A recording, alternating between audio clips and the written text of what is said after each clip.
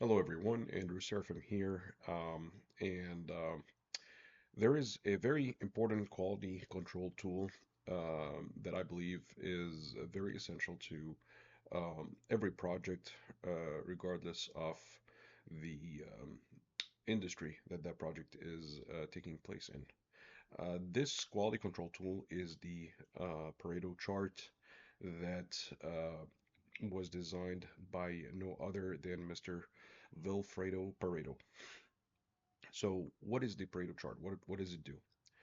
So it highlights all the flaws or issues in each category of the process and the amount of issues in all of those categories, and then the percentage of each flaw compared to the grand total. So the theory behind the Pareto chart is what's called the 80-20 rule, which means that 20% of the issues are going to have 80% of the impact. It doesn't necessarily have to be those numbers, but it simply refers to that the greatest impact comes from the smallest or a small percentage of a group. So forgive me if I'm referring food in all my analogies, but well, I'm a foodie, can't help it.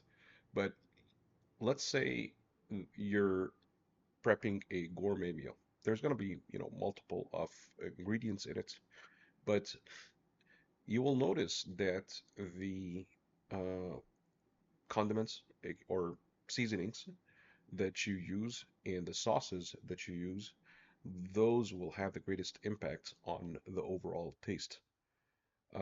Yes, everything else still contributes, but those have, like a very strong effect on the bottom line outcome. Also, think of it as um, an upside down pyramid. So, for example, a pyramid is going to represent, the chain of command. So, like the bottom line is going to be the front line of, all the labor workers, all the customer service, and then everybody who like have a direct relationship or contact with the general public. And then the higher we go in to the top, there's going to be, certain like the higher levels of management that we climb. And then at the very top, there's going to be, the owner of the company slash CEO. Uh, those guys at the very top, even though there's very little of them, they're gonna have the greatest impact. So the impact versus the amount of people in the role is gonna be an upside down pyramid. So the person at the very top, just one of them, is gonna have the greatest impact because they make a decision, it gets passed down.